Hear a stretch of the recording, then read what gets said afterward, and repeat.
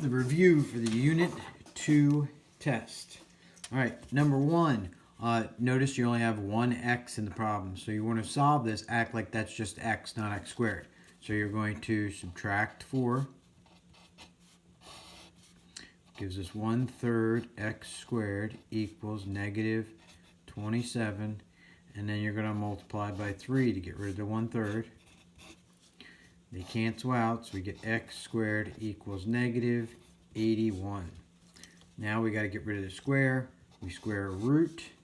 Square a root. Don't forget plus or minus. So now we got x equals plus or minus. We have to perfect square is 81, and then we got to pull out that negative 1. So we get x equals plus or minus 9i. Don't forget the I for that negative 1. Alright, this next one. We can try seeing if we can factor it. The easiest way to try to see if we can factor it is you multiply 2 times 7 gives us 14. And do you have the factors of 14? When you subtract it, you get a 4. And the answer is no. So it looks like you're not going to be able to factor it out. So we'll use the quadratic formula. We got a equals 2, b equals 4, and c equals negative 7. So now plugging that in, we got x equals a negative b, so it's going to be a negative 4, plus or minus the square root of b, which is 4, squared, minus 4 times a, which is 2, times c, which is negative 7, all over 2 times a, which is 2. So here we go. X equals negative 4 plus or minus square root. 2 times 2 is 4. Alright, so now underneath the square root we have 4 squared, which gives us 16, minus 4 times 2 is 8. 8 times negative 7 is negative 56. Minus negative, we're going to change that to plus. And 16 plus 56 gives us 72. So we got 72. Alright. Let's see, we got 36 is in there, so we can break that down.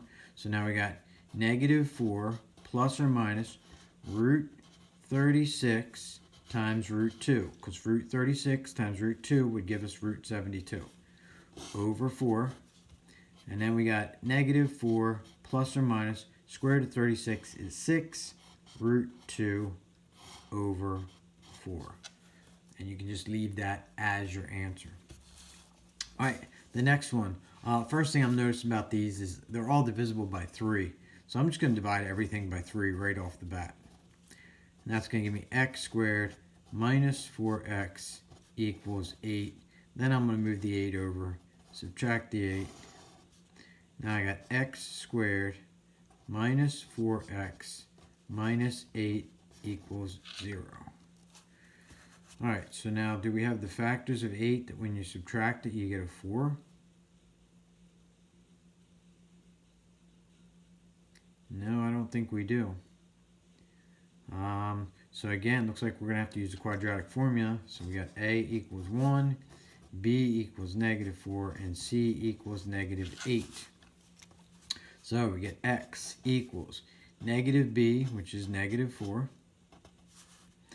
plus or minus the square root of b, which is negative 4 squared, minus 4 times a, which is 1, times c, which is negative 8, all over 2 times a, which is 1. So we get x equals a negative 4 gives me a positive 4, plus or minus square root over 2 times 1 is 2. Alright, now this.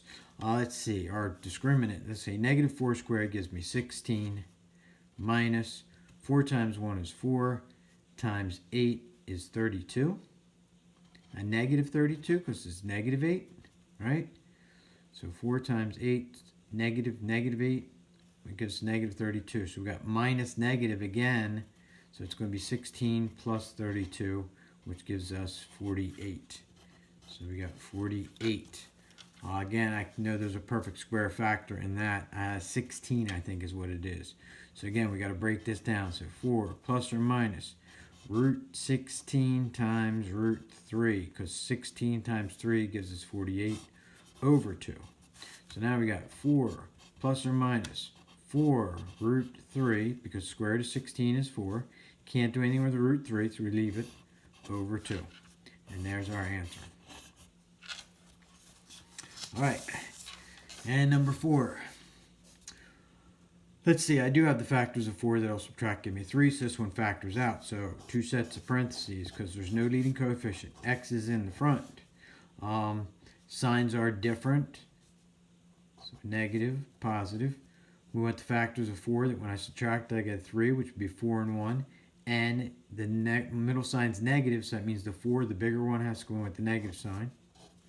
So I got x minus 4 equals 0. Add 4 to both sides, and we get x equals 4.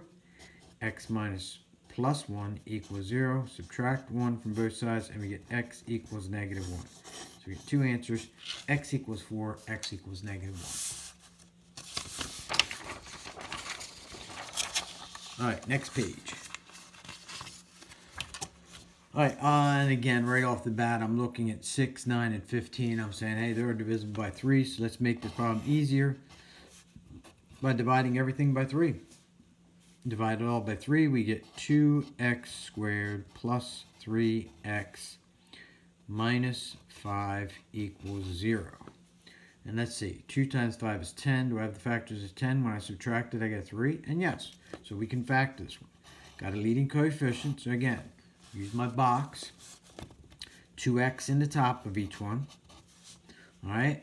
And then our factors of 10, when we subtract it, we get a 3, or 5 and 2.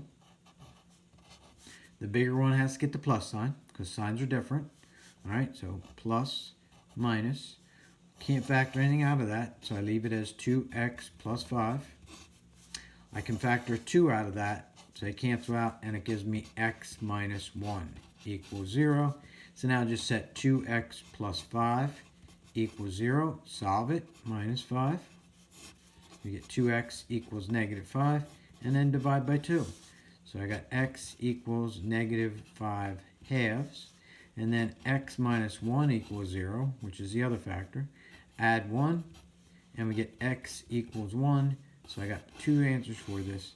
X equals 1, or x equals negative 5 halves. All right, the next one, looking at this one, I can see this is a perfect square trinomial. If you can't, then you'll have to work it out the same way we did number 5. But right off the bat, I can see that the square root of this is 3x, square root of that is 5. 3x times 5 is 15 times 2 gives us 30. So this one's just going to factor out to being this. It's just the square root of the first term in the front, square root of the back term in the back. Signs are the same and they're both plus. And since they're both exactly the same, I only have to take one of them, set it equal to 0, and solve. So minus 5, 3x equals negative 5, and divide by 3, and we get x equals negative 5 thirds. And that's my answer. All right. Number 7, again, if you'll notice, we only have one x squared in this. That's like problem number 1 we just did. All right, so I'm just going to solve it like that was an x. So I'm going to subtract 36. I get x squared equals negative 36. And I square root plus minus. So now I got x equals plus or minus.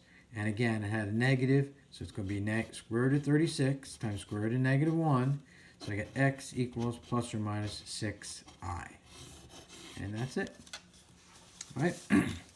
This one you should see, you could tell right as soon as you look at the answers that they must have used the quadratic formula. So we're going to use the quadratic formula.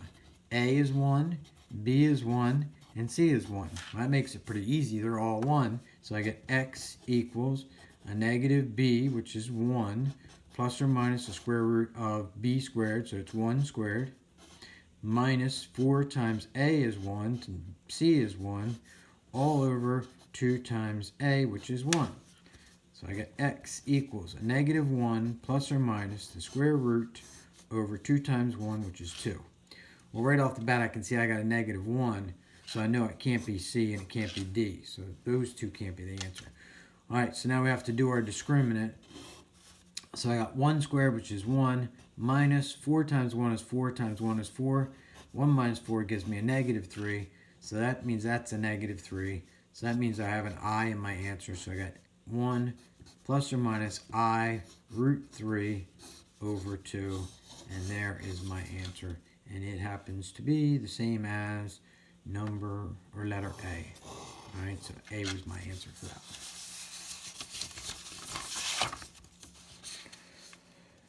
All right, and I'll do a separate video for the rest of this.